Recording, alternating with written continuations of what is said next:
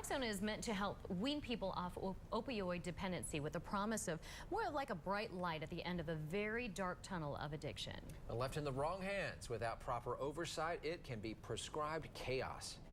It's strongly abused, heavily abused. One of the most abused prescription narcotics we have in this county. News Channel 11 tackled Suboxone's intended use and growing abuse in the Tri-Cities 1 month ago, and that story generated a lot of talk. Tonight, News Channel 11's Kylie McGivern takes us inside a Suboxone clinic and the lives of two recovering addicts on both sides of a double-edged drug.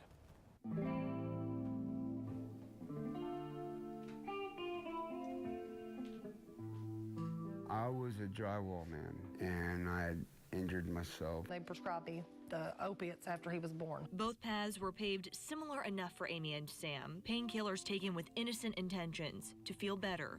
But soon, both began feeling lost without them. I was selling everything I had. I am addicted, it hit me. And since then, I mean, it's been just a downward spiral. They're two addicts working to reclaim their lives at different mile markers on their road to recovery. Amy is now 5 months clean. It's really hard. And Sam? 4 years sober. Suboxone has played a role in each of their journeys, but that is where the roads split. It just cleared my mind up. Wish that I would have never put the first one in my mouth. Families Free Director Lisa Tipton requested we conceal Amy's identity, as she's currently in one of the organization's recovery programs. Every time I would get high off of it, I would crave everything. I could get my everything. I've withdrew off of the Suboxone so many times. Suboxone is the brand name for a combination of buprenorphine, an opiate, and naloxone. Naloxone is added so that people do not take the Suboxone tablets or the films and inject them. The naloxone would make them go into withdrawal. Because of that, Sarah Melton with the East Tennessee State University's College of Pharmacy says Suboxone is less likely to be abused than pure buprenorphine, which is being sold under the name Subutex. It's very commonly injected up in Appalachia. Federal numbers showed Tennessee has more doctors prescribing buprenorphine per capita than any other state in the Southeast, aside from Kentucky. We have some of the highest overdose rates from opioids in the country. Treatment in clinics prescribing buprenorphine or Suboxone are supposed to include counseling with a certified substance abuse counselor, group meetings with patient support,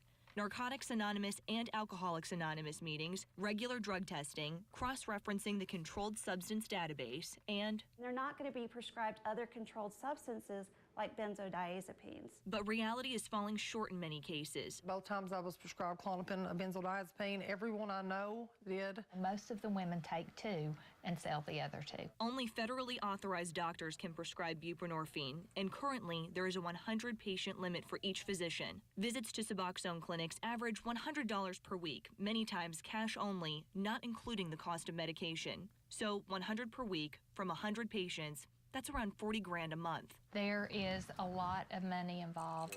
According to the New York Times, Suboxone generated more than $1.5 billion in 2012, trumping the sales of medications like Viagra and Adderall. Dr. Tom Reach stands by the drug's benefits. He knows firsthand the power of what he calls the soul-swallowing, life-threatening disease of addiction. Back in the 90s, I ended up getting involved in hard drugs, and I ended up losing my medical license. Suboxone came out on the market in 2002 after Dr. Reach got sober, but fearing its stigmatization, Treating addiction is the solution, not the problem. he invited us to his clinic, Watauga Recovery Center, a strong advocate of the 12-step program. Lumping everyone who prescribes this medication into one category and painting a broad brush is missing the significance of the fact that it is the most effective treatment for narcotics addiction and that it's saving lives. Sam Campbell is one of his patients. Oh my gosh. And knows that better than anyone. I wouldn't be here today. I'd be dead. I was able to take 10 to 15 Percocet 10s a day.